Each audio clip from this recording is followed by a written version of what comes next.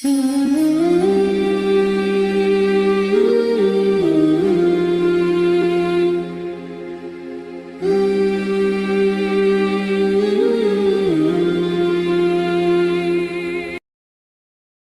a'udzu billahi minasyaitonir rajim.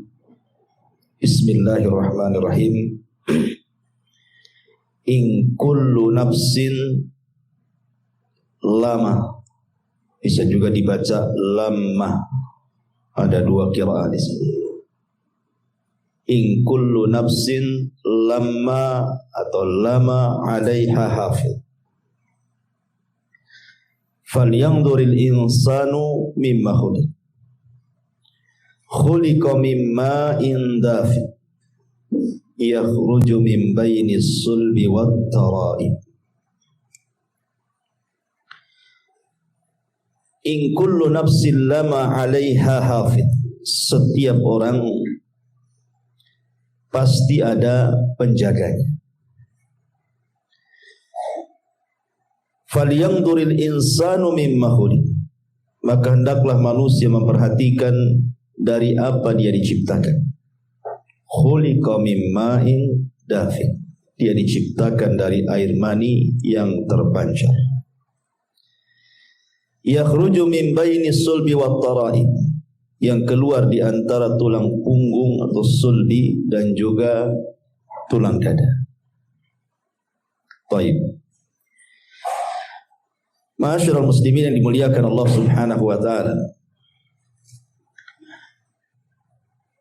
Allah Subhanahu wa ta'ala adalah zat yang maha rahim, penyayang.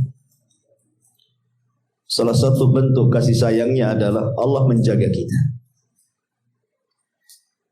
Dan Allah Subhanahu wa ta'ala berfirman di dalam surah Yusuf ayat 64, Fallahu khairun hafidha wa huwa arhamur rahim. Maka dialah Allah penjaga terbaik bagi kita, dan dia maha penyayang di antara hamba-hambanya yang penyayang. Kita lihat pada diri kita sendiri. Ketika kita berada di perut ibu kita, masih dalam segumpal air mani. Siapa yang menjaga kalau bukan Allah Subhanahu wa ta'ala? Padahal posisi segumpal mani itu belum kokoh dalam rahim seorang ibu. Makanya kita lihat kalau ada wanita hamil muda, biasanya disuruh untuk istirahat karena akan mudah keguguran.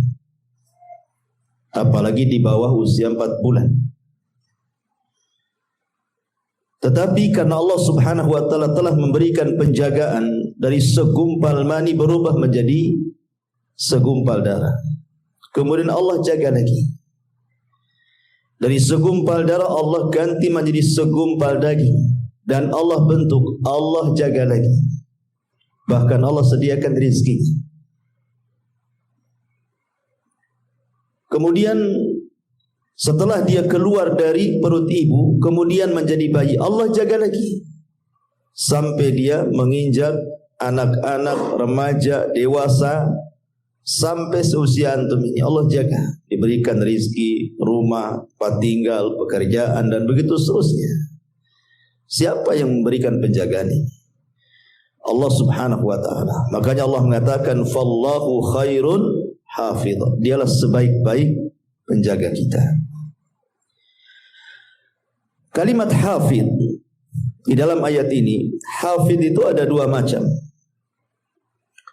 Ulama tafsir mengatakan, pertama hifdhu ar-riayati wal himayah,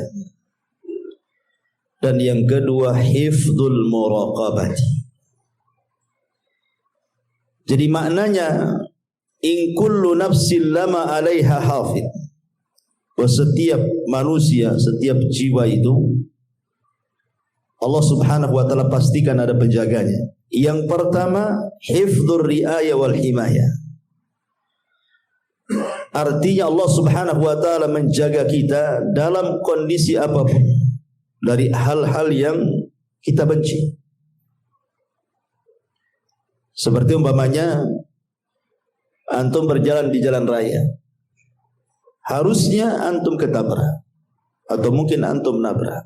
Tidak jadi ketabrak dan tidak jadi nabrak.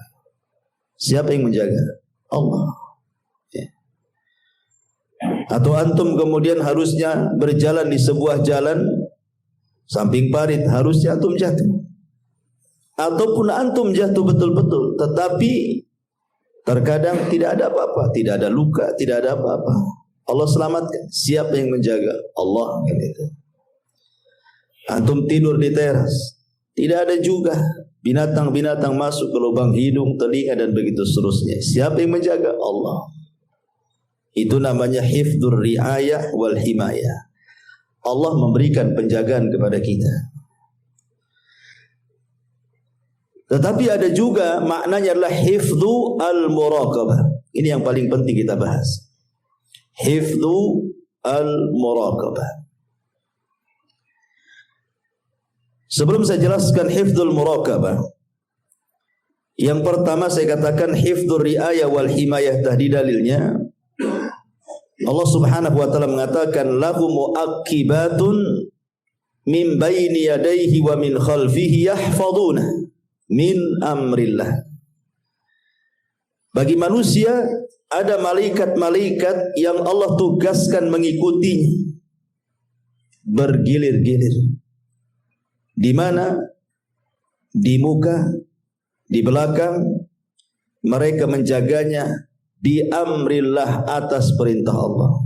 Jadi Allah memerintahkan malaikat untuk menjaga setiap manusia. Kiri, kanan, depan, belakang, atas, bawah. Allah jaga kita. Ini namanya sekali lagi adalah hifdzu ar-riayah wal himayah tadi. Adapun yang kedua hifdzul muraqabah. Maksudnya hifdzul muraqabah itu Allah Subhanahu wa taala mengutus para malaikat-malaikat yang senantiasa muraqabah, memperhatikan kita, mencatat seluruh perkataan kita, mencatat seluruh perbuatan kita. Dan ini adalah isyarat firman Allah Subhanahu wa taala, wa inna 'alaikum lahafidin kiraman katibin. Allah Subhanahu wa taala mengatakan di dalam surah Al-Infitar, wa inna 'alaikum lahafidin. Padahal sesungguhnya bagi kamu ada malaikat-malaikat yang senantiasa mengawasimu. Kiraman katibin, yang mulia di sisi Allah dan yang senantiasa mencatat amal perbuatan. Imam Ahmad ibn Hanbal rahimahullahu ta'ala ikhwan, saat dia sakit parah, dia merasakan kesakitan sehingga mengeluarkan suara menunjukkan rasa sakit dia.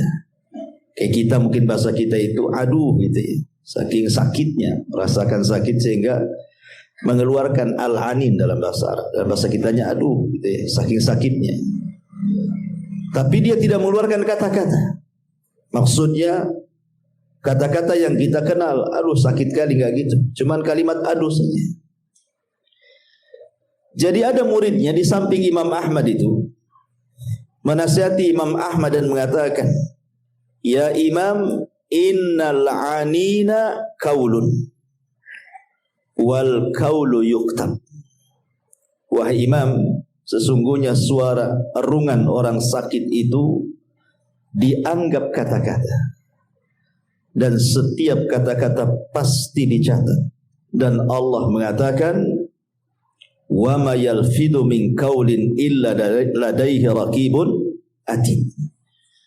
Dan tidaklah ucapan manusia kecuali dicatat oleh raqib dan atid. Langsung terdiam Imam Ahmad. Subhanallah. Ya. Padahal dia merasakan sakit luar biasa. Kalau kita bukan ngereng saja, muring-muring. Gitu ya. Imam Ahmad tidak muring-muring, artinya enggak mengeluarkan kata-kata gitu ya. Hanya adu saja. Ketika diingatkan muridnya bahwa kalimat adu adalah kalimat dan kalimat akan dicatat, langsung terdiam dia. Takut dicatat itu bagian daripada sebuah keburukan. Makanya ma'asyiral muslimin yang dimuliakan Allah Subhanahu wa taala, seseorang itu penting untuk menjaga kata-kata. Karena kalau kita melihat di masyarakat ikhwan, ada kata-kata itu sadar ataupun tidak, entah karena kejahilan atau memang tidak tahu hukumnya, terkadang dia mengucapkan kalimat tanpa sadar bahwa kalimat itu sebenarnya perbuatan dosa. Saya akan contohkan beberapa kalimat-kalimat yang suka dibicarakan di masyarakat. Seperti umpamanya kalimat-kalimat terkejut. Saya sering mendengar itu kalimat astaga. Pernah tuh dengar? Ada lagi ditambah astaga naga. Ada naganya pun ada. Itu. Coba. Orang terkejut bilang astaga. Mungkin astagfirullah itu maksudnya gimana itu? Saya sering dengar itu kalimat seperti itu. Ya. Apa maksudnya? Siapa astaga ini? Disebut-sebut pula astaga. Kalau astagfirullah mungkin kan gitu ya. Tapi ada juga yang kemudian maksudnya baik, tapi salah meletakkan makna. Contoh umpamanya kalimat subhanallah dengan masya Allah, ya kan? Subhanallah itu berarti maha suci Allah. Seharusnya diucapkan ketika melihat atau mendengar sebuah keburukan atau hal-hal yang tidak baik. Jadi kalau antum mendengar, melihat hal-hal yang buruk atau tidak baik, ucapkan subhanallah. Ya. Tapi kalau seandainya antum melihat sesuatu yang baik ataupun mendengar sesuatu yang indah, sesuatu yang enak didengar, maka kita akan masya Allah. Jangan Pak ditukar dengan itu. Masyarakat tukar-tukar ya. Kalau lihat yang baik subhanallah katanya. Bukan subhanallah, masya Allah. Mana dalilnya? Satu ketika Nabi SAW mendekati Abu Hurairah radhiyallahu an. Abu Hurairah ini lagi junub, ya, dan dia tidak mau ke majelis Nabi, malah menjauh, pergi gitu. Jadi oleh Nabi SAW dipanggil, ada apa engkau wahai menjauh wahai Abu Hurairah? Kenapa engkau menjauh dariku? Kata Abu Hurairah. Kata Nabi SAW. Kata Abu Hurairah, saya sedang junub wahai Rasul. Saya sedang junub wahai Rasul. Apa kata Rasul? Subhanallah, innal mu'min la yanjus. Wahai Abu Hurairah, subhanallah, maha suci Allah. Seorang mukmin itu tidak najis. Kan Rasul melihat sesuatu yang tidak suka, Abu Hurairah pergi kan. Rasul mengatakan subhanallah, ya kan? Artinya sesuatu yang kita tidak suka melihatnya atau mendengar sesuatu yang tidak suka, ucapkan subhanallah. Tetapi kalau kita melihat sesuatu yang indah, pemandangan yang indah, antum lihat rumah antum yang indah, masuk kebun antum kok indah sekali, melihat kendaraan antum yang indah, maka Allah Subhanahu wa taala mengatakan dalam surah Al-Kahfi 39, walaula iddakhalta jannataka qulta ma sya Allah la quwwata illa billah in tarani ana aqallu minka malan wa azzu nafara, malan wa walada wa azzu nafara. Dan mengapa ketika engkau memasuki kebunmu tidak mengucapkan masya Allah, la quwwata illa billah, sungguh atas kehendak Allah semua ini terwujud, ya. Tidak ada kekuatan kecuali atas pertolongan Allah, sekalipun engkau anggap harta dan keturunanmu lebih sedikit daripada diri. Keturunanku lebih sedikit daripada diri. Ini kan juga salah letak juga kan itu. Tapi oke lah, mungkin karena tidak paham. Kadang orang tertukar-tukar nih antara subhanallah dengan masya Allah. Tapi yang lebih parah tadi, ucapan astaga itu apa coba? Apa artinya astaga itu? Siapa yang tahu? Itu bahasa apa astaga itu? Apalagi ada naganya lagi, ya, astaga naga. Tak tahu lah ada naganya. Udah naga-naga itu dah agama-agama gak jelas, ya, mungkin nyembah naga. Tapi yang jelas bahwa kalimat-kalimat ini kan tidak boleh. Kalau memang kita terkejut, lihat terkejutnya. Kalau terkejutnya melihat sesuatu yang tidak suka, ucapkan subhanallah. Kalau terkejutnya melihat suka karena tiba-tiba ada uang banyak depan, masya Allah, alhamdulillah, kan gitu ya. Itu harusnya kalau terkejut-kejut, bukan astaga, kan masalah. Ya. Atau umpamanya contoh yang lain, ya. Umpamanya kita melihat seseorang yang Allah berikan nikmat, entah pekerjaannya bagus, kemudian juga diberikan harta yang banyak, rumahnya bagus, kendaraannya bagus, kaya, ya, atau mungkin dapat jabatan, ya. Terkadang ada orang itu yang mungkin hasad sehingga terkeluar kalimat, orang kayak gitu kok bisa kaya itu. Orang kayak gitu kok bisa kaya ini? Dari mana dia itu? Hanya piatu itu lah. Jadi kalimat orang kayak gitu kok bisa kaya? Ya, nggak pantas dan begitu seterusnya. Ini tidak bisa. Kalimat seperti itu tak boleh. Kenapa? Karena dalam hadis Abdullah bin Mas'ud radhiyallahu an, Nabi SAW mengatakan, innallaha qasama akhlaqakum kama qasama arzaqakum. Allah Subhanahu wa taala sudah membagi akhlak kalian itu seperti membagi rizki kepada kalian. Kita kan tidak tahu urusan orang. Entah dia punya pekerjaan, entah apa, kan kita tidak tahu. Enggak ada urusan, dan kita juga tidak boleh ngurus orang. Makanya Al-Imam Ibnu Katsir rahimahullah ta'ala ketika memberikan catatan kepada surah Asy-Syura ayat 27, walau basatallahu rizqa li ibadi la baghaw fil ardi walakin yunazzilu biqadari ma yasha innahu bi ibadihi khabirun basir. Kalau Allah Subhanahu wa taala membentangkan rizki pada hamba-hambanya, terkadang ada sebagian hamba itu melampaui batas di bumi. Tetapi Allah Subhanahu wa taala terkadang memberikan sesuai dengan kadar yang bisa dipikul hambanya sesuai dengan kehendaknya. Ada hadis kursi yang mengatakan, inna min ibadi, sesungguhnya di antara hamba-hambaku, laman la yasluhu illal ghani, memang dia tidak pantas kecuali jadi orang kaya. Walau afqartuhu la fasada, kalau seandainya aku miskinkan dia, rusak dia. Tetapi ada hamba-hambaku itu la yasluhu illal faqr, tidak layak kecuali dia memang harusnya jadi orang fakir aja, tidak bisa kaya dia. Kenapa? Lau agnaituhu, kalau seandainya aku berikan kekayaan, tentu dia akan rusak agamanya. Jadi kaya miskin itu kan urusan Allah. Berhasil atau tidak itu urusan Allah. Jangan ngurus keberhasilan orang gitu dengan mengeluarkan kata-kata seperti itu. Ada pantas dia di situ. Orang kayak gitu kok bisa kaya, orang kayak gitu kok bisa jadi ini. Itu urusan dia. Tidak perlu ngurus orang. Ya. Karena kalimat-kalimat seperti ini bertentangan gitu ya, tidak boleh. Ini contoh kedua. Contoh ketiga, atau sebaliknya,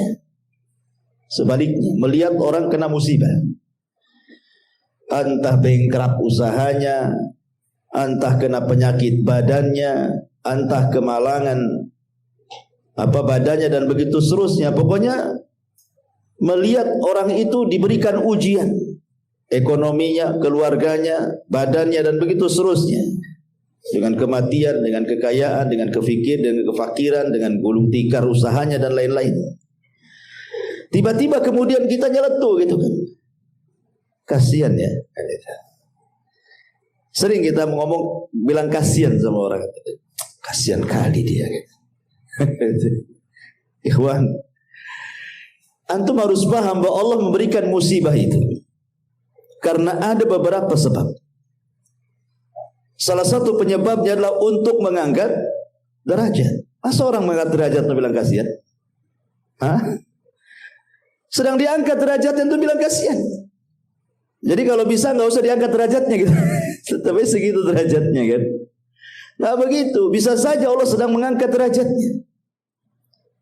Makanya dalam sebuah hadis Rasul mengatakan ma yusibul mu'min min syaukatin fama fawqaha illa rafa'ahu Allahu biha darajat. Tidaklah seorang hamba diberikan ujian walaupun hanya satu tusuk duri di kakinya, boleh jadi Allah sedang mengangkat derajatnya. Antum bilang kasihan. Harusnya antum bilang ya inna lillahi wa inna ilaihi raji'un. Idza asabatkum musibatun qalu inna lillahi wa inna ilaihi raji'un, kan itu kan bahasa. Ya. Jadi lihat, atau mungkin dalam bentuk teguran. Mungkin dia melakukan dosa, Allah tegur supaya dia tobat. Masa antum bilang kasihan? Biar dia enggak tobat-tobat gitu. Jadi lihat ya, ini kan bahasa-bahasa ini kadang-kadang enggak dikontrol gitu ini. Apakah bahasa ini menentang dalil ataukah tidak? Ya. Atau contoh lainnya seperti orang yang mencela zaman, mencela waktu. Kan sering di masyarakat itu orang yang mencela waktu. Ya wajar, zaman ini zaman edan kan itu. Oh, masa zaman diedan-edan kan? Orang yang edan bukan zamannya. Dari dulu zaman itu ya kayak gini saja. Terbit matahari, terbenam dan gitu seterusnya. Jadi ada orang-orang itu yang mudah mencela waktu.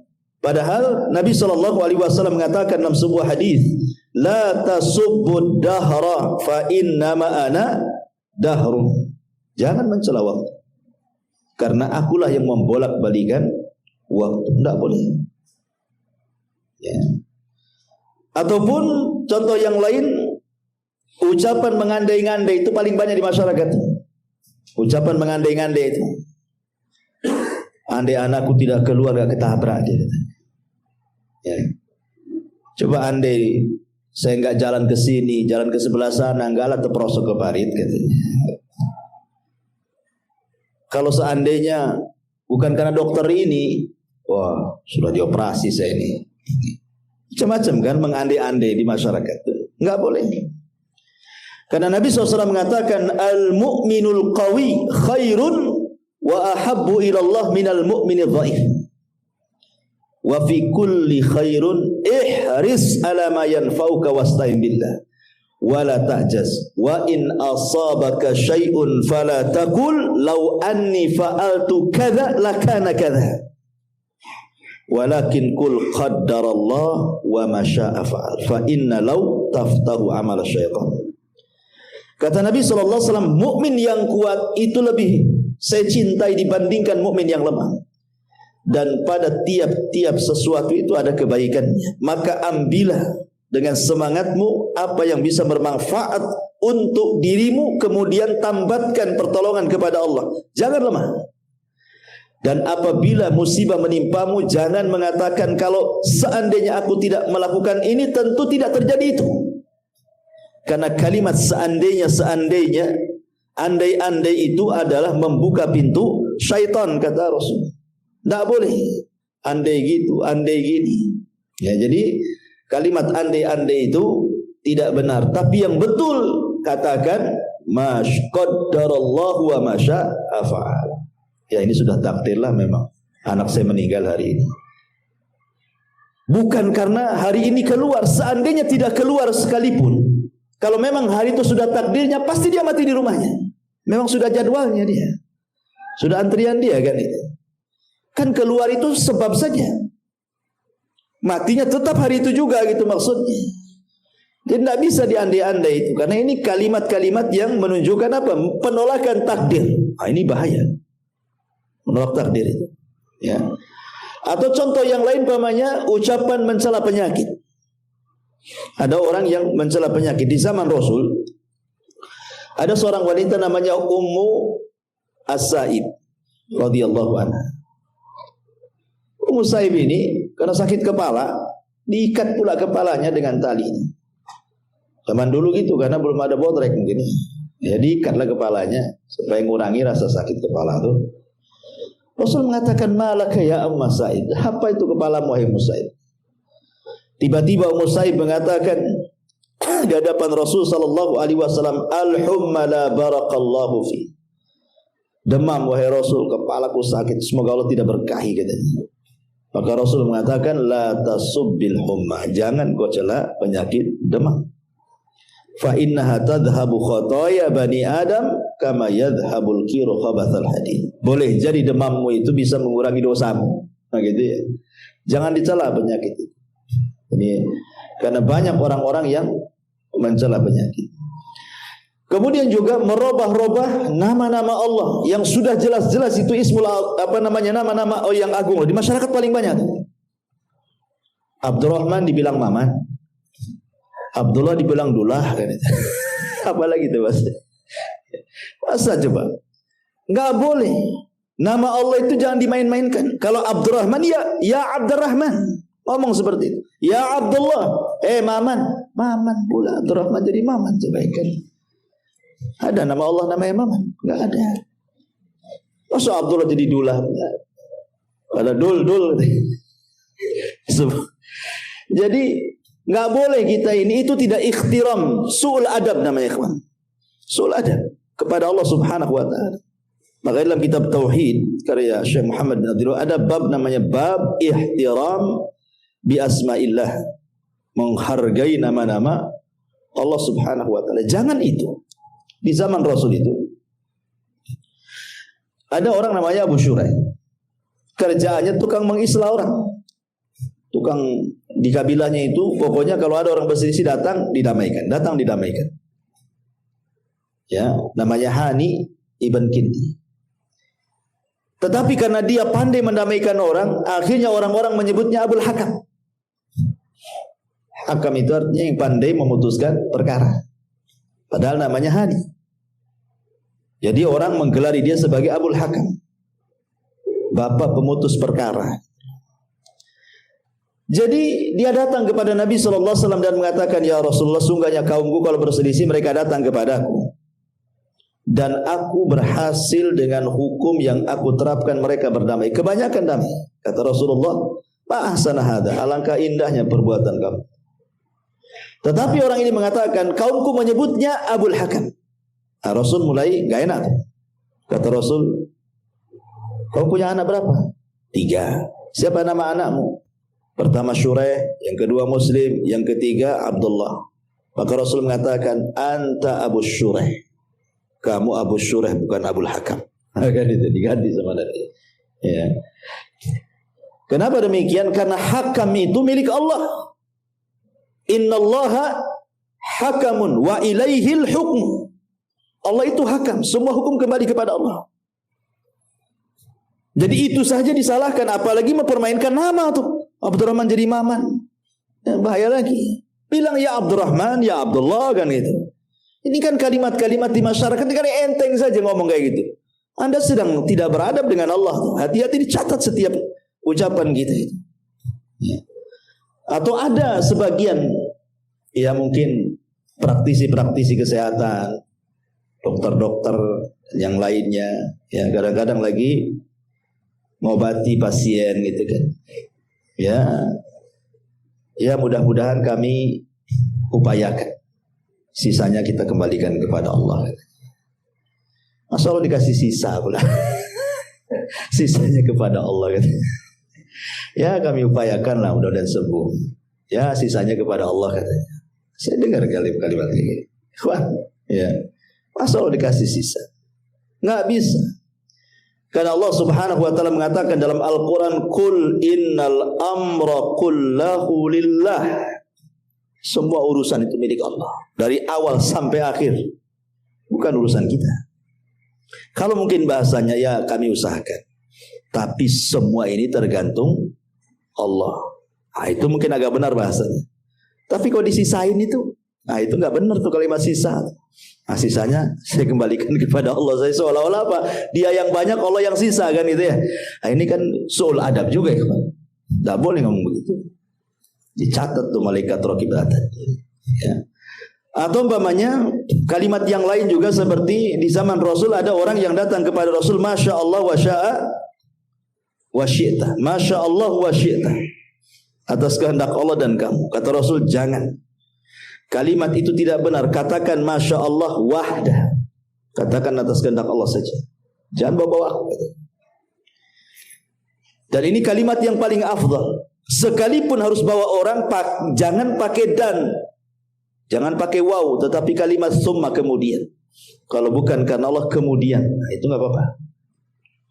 Yang lebih parahnya Allah sudah tidak dibawa-bawa, orang lain makhluk Allah pula yang dibawa.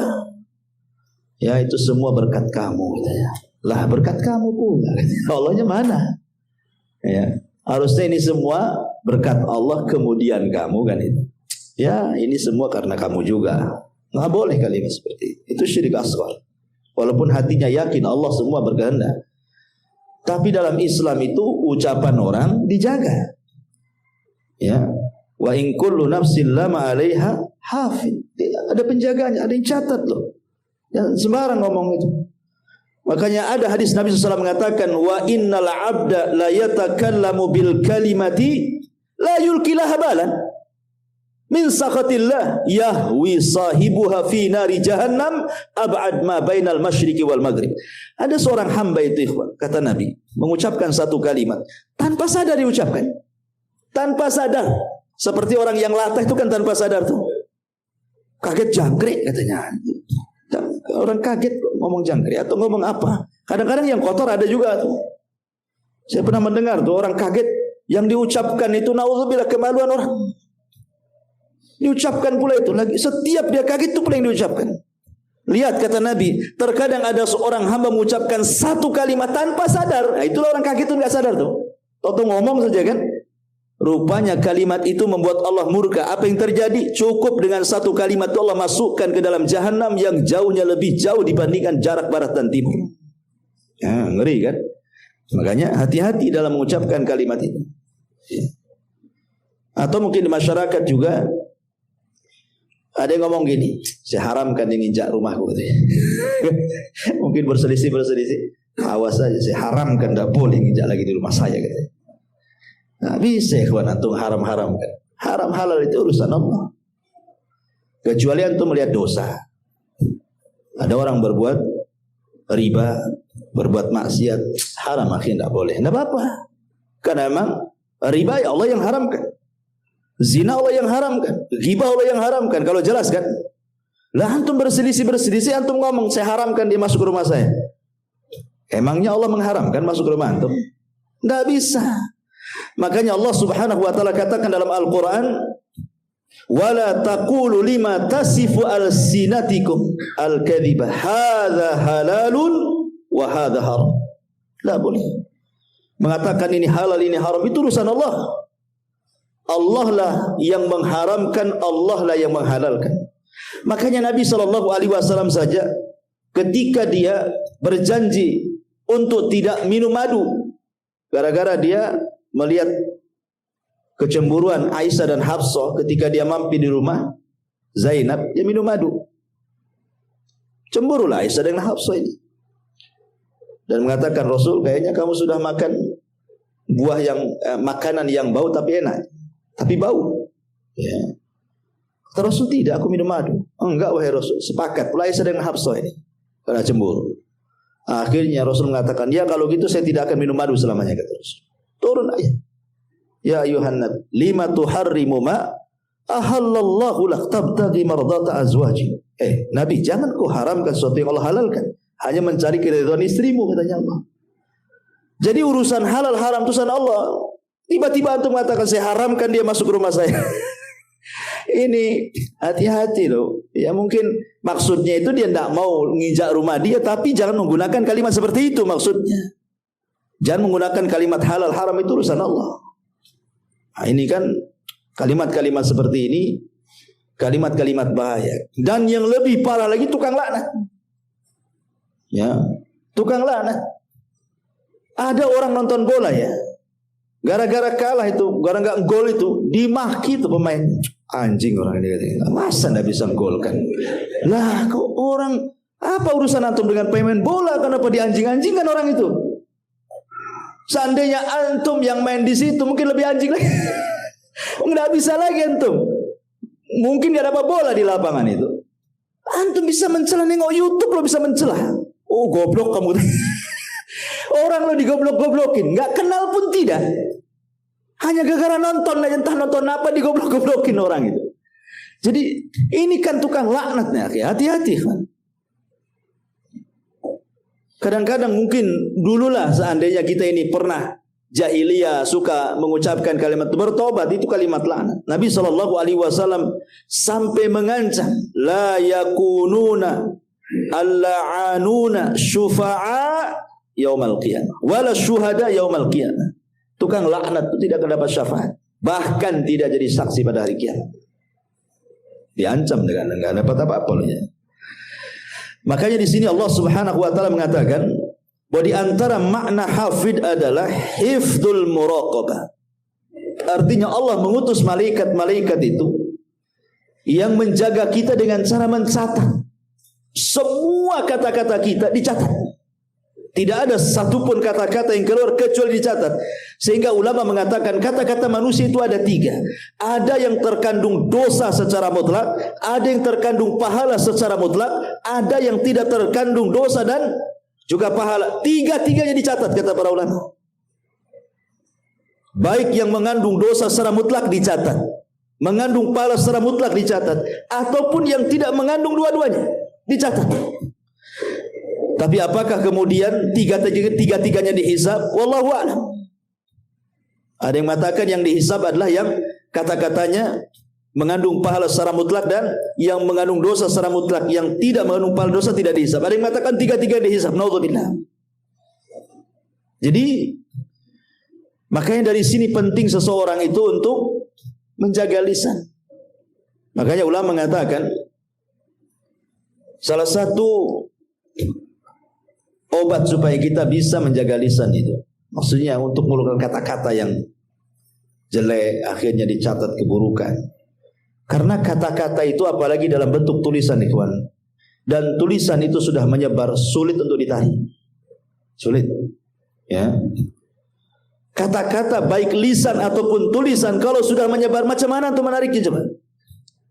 Antum gibai orang di depan orang, orang ini akhirnya ngikuti menukilkan perkataan antum kepada orang. Akhirnya orang itu menukilkan perkataan dia dari kita. Terus kemana-mana kan? Siapa yang bisa menarik kata-kata itu semua? Atau tulisan, copy paste share, sama share. Gimana cara narinya? Walaupun di akun antum sudah antum hapus, tak bisa. Makanya pada hari kiamat dalam surah Yasin Allah mengatakan yauma nakhtimu ala afwahihim wa tukallimuna aydihim wa tashhadu arjuluhum. Di hari di mana lisan terkunci, tangan pula bicara, kaki pula jadi saksi. Ya. Maka yang pertama kata para ulama, biasakan al-haya'u minallah wa min ibadillah. Tanamkan sifat malu dari Allah dan dari hamba-hambanya. Malu. Karena perkataan yang turun temurun dari para nabi itu, apa kata Rasulullah? Illam tastahi fasna ma syi'ta. Kalau engkau tidak punya rasa malu, lakukan, ucapkan sesuka kamu. Maka tanamkan rasa malu. Yang kedua, al khaufu minallah. Tanamkan rasa takut bahwa semua akan dibalas, semua ada catatannya, semua ada hisabnya, semua ada balasannya. Semua. Seorang bertasbih subhanallah, subhanallah, alhamdulillah, alhamdulillah, la ilaha illallah. Lihat tujuannya. Karena ini dicatat. Kalau tujuan antum beribadah, berzikir kepada Allah Subhanahu wa taala, dapat pahala. Tapi kalau umpamanya tujuannya hanya takabur, ijab, menyombongkan diri saja, semua pun akan dicatat. Walaupun sama-sama ucapannya loh. Sama-sama tasbih, tahmid, takbir, itu kan ucapan bagus sebenarnya. Itu kan zikir gitu ya. Tapi itu saja dilihat siapa pengucapnya coba. Abdullah bin Mas'ud radhiyallahu anhu suatu ketika diajak oleh Abu Musa al-Ash'ari masuk ke sebuah masjid. Di masjid itu banyak halaqah memutar. Kemudian bawa batu. Tasbih sekian kali dihitung pakai batu 100 kali. Takbir 100 kali. Ini 100 kali. Nanti dipindah lagi batunya ke sebelahnya. Begitu terus. Kata Abdullah bin Mas'ud ini, kalian ini apa? Lihat loh Nabi, pakaiannya aja masih bagus, belum robek. Bencana nggak ada yang pecah. Kenapa kalian melakukan yang tidak diajarkan Nabi? Apakah kalian lebih berpetunjuk daripada agama Nabi? Ataukah sengaja kalian membuka pintu kesesatan? Syahidnya kata Abdullah bin Mas'ud, uddu sayyiatikum wa ana dhaminun alla yadhi'a min hasanatikum. hitung kesalahan kalian, dan saya jamin kebaikan kalian tidak akan hilang. Kenapa disuruh menghitung kesalahan, tidak menghitung kebaikan? Kenapa kalimatnya hitung kebaikan kalian? Ya, kenapa hitung kesalahan kalian? Saya jamin kebaikan kalian tidak akan hilang. Hitung kesalahan kalian. Karena kesalahan itu biasanya mudah diingat. Dan kebaikan itu kadang-kadang kita tidak tahu, karena pahala kebaikan itu kan dilipat gandakan. Kita susah menghitungnya. Tetapi dosa itu satu dosa satu maksiat satu dosa kan gitu. Kalau pahala ini kadang-kadang satu pahala satu amalan soleh berlipat gandakan pahalanya. Seperti sabar. Tidak jelas berapa nominal pahala orang sabar itu. Macam mana cara ngitungnya? Ya. Tapi kalau perbuatan maksiat kan jelas tuh, satu maksiat satu dosa kan itu ya, dan begitu seterusnya, kecuali syirik menggugurkan semua amalan dia kan itu. Tapi lihat bagaimana di sini, mereka kan zahirnya bagus kan, tasbih, tahlil, takbir, baca sekian kan, sampai mereka juga mengatakan, ya Aba Abdurrahman, ma nuridu ilal khair. Wahai Aba Abdurrahman, kunyanya Abdullah bin Mas'ud, kami tidak menghendaki kecuali kebaikan loh di sini. Apa kata Ibnu Mas'ud? Kam min muridil khairi lan yusibah. Berapa banyak orang-orang yang menghendaki kebaikan enggak dapat pahala katanya. Tidak semua sesuatu yang dianggap baik itu benar. Ya, jadi harus baik dan benar. Baik, ikhlas, benar, mencontoh Nabi, itu maksudnya begitu. Ya. Jadi tasbih itu enggak usah dihitung-hitung. Tasbih aja lah kan itu ya. Kecuali memang ada syariatnya, seperti setelah sholat kan ada hitungannya tuh. Sekian kali tasbih 33, takbir 33, tahmid 33, genapkan dengan la ilaha illallah wahdahu la syarikalah kan. Atau umpamanya siapa yang membaca subhanallah bihamdi 100 kali dalam sehari semalam, maka akan dihapuskan dosanya walaupun seperti buih di lautan. Adalah perkara-perkara yang memang di sana disunahkan untuk dihitung kan gitu. Tapi kalau zikir mutlak, sudah antum zikir aja lah, enggak usah dihitung-hitung. Sebab kalau menghitung-hitung ibadah itu biasanya cenderung i'jab li nafsi, cenderung ingin membanggakan dirinya. Saya sudah sholat sekian kali, saya sudah puasa sekian kali, sudah haji, sudah sedekah sekian. Kalau orang menghitung itu cenderung seperti itu. Tapi kalau orang tidak menghitung, ya sudahlah, tidak tahu berapa lah saya tasbih itu berapa kali, nggak tahu saya mau bangga dengan apa kan itu. Karena Allah itu hanya melihat hati bukan bilangan. Allah itu hanya melihat hati bukan bilangan. Ya, tetapi syahidnya di sini, walaupun ucapannya sama, tasbih, tahlil, takbir, dicatat juga kan, tapi tidak satu catatan. Lihat kepada niat kan. Kalau niatnya hanya untuk i'jab saja, membanggakan diri, lain catatannya. Kalau memang untuk ibadah betul-betul ikhlas mencontoh Nabi, lain pula catatannya. Kenapa? Karena Allah mengatakan, wa man ya'mal mithqala dzarratin khairan yara wa man ya'mal mithqala dzarratin syarran yara. Lihat di situ, ada yang baik, ada yang jelek. Walaupun itu zahirnya nampak zikir, apalagi bukan daripada itu. Seperti yang contohkan tadi, ucapan-ucapan di masyarakat itu. Ya. Maka dari sini masyarul muslimin yang dimuliakan Allah Azza wa Jalla, biasakan takut. Ya, yang kedua, langkah kedua al-khaufu minallah. Sehingga dengan rasa takut mendorong tidak sembarang mengucapkan sesuatu. Yang ketiga, sibukkan dengan perkara-perkara yang manfaat untuk akhirat. Supaya kita tidak mudah ngomong macam-macam, sibukkan dengan perkara lain. Umpamanya ini satu ruangan nih, maaf ibu-ibu ya, kawan lagi gibah nih, kita mau keluar pula dari situ, malas gitu ya, segan, gak enak, ya sudah sibukkan aja zikir bu, biar orang itu gibah, ibu zikir lah. Kemudian yang keempat, isti'mal uslub al-kina yati badal at-tasrih bi al-fadil badi'ati allati takhulu bil haya. Atau kalau seandainya kita bisa membuat bahasa-bahasa kinayah, bahasa-bahasa yang lebih halus lagi gitu loh bahasa. Kita itu ingin marah, bisa saja kita mengatakan umpamanya dengan kalimat-kalimat yang kasar, tetapi kan dalam uslub bahasa kita di daerah-daerah masing-masing itu kan ada bahasa-bahasa yang kasar sekali, ada yang di bawahnya kasar, ada yang sedang, ada yang halus, ada yang halus sekali, dan begitu kan setiap daerah kan ada tuh. Mestilah semua ada. Saya orang Sunda saja ada. Ya, satu kalimat itu ada yang kalau diucapkan kasar. Ya, ada halus padahal itu juga yang diucapkannya kan. Kita bisa milih kata gitu maksudnya. Bukan saklek gitu ya. Kemudian juga kata para ulama mujalasatul akhyar wa musahabatus salihin. Berkawan dengan orang-orang baik yang omongannya baik, insya Allah akan sama dengan omongan dia itu. Sebab kalau berkawan dengan orang yang omongannya jelek, ibu nih berkawan dengan orang-orang gibah, pasti ikut gibah. Ibu berkawan dengan orang-orang yang tidak suka gibah, lama-lama gak suka gibah juga. Nah, tergantung kawannya. Dan yang keempat mungkin belajar diam lah kan itu. Daripada ngomong berdosa bagus diam. Kata Nabi SAW, "Falyakul khairan aw liyasmut." Kembali di sini Allah mengatakan, "In kullu nafsin lama 'alaiha hafid." Jadi hafid yang pertama maksudnya hifdzur riaya wal himayah. Allah menjaga secara umum sesuatu yang manusia tidak suka. Ya, celaka kan tidak suka. Ini itu umpamanya antum sakit, minum obat sembuh. Siapa yang menyembuhkan? Allah. Apa guna ini disembuhkan? Menjaga antum. Supaya antum bisa kerja lagi, bisa ngurus keluarga lagi, bisa ibadah lagi. Allah yang jaga. Atau hifdzul muraqabah. Allah utus malaikat-malaikat itu yang betul-betul mengawasi kita. Wa inna 'alaikum lahafidin. Siapa hafidin? Kiraman katibin, yang mencatat.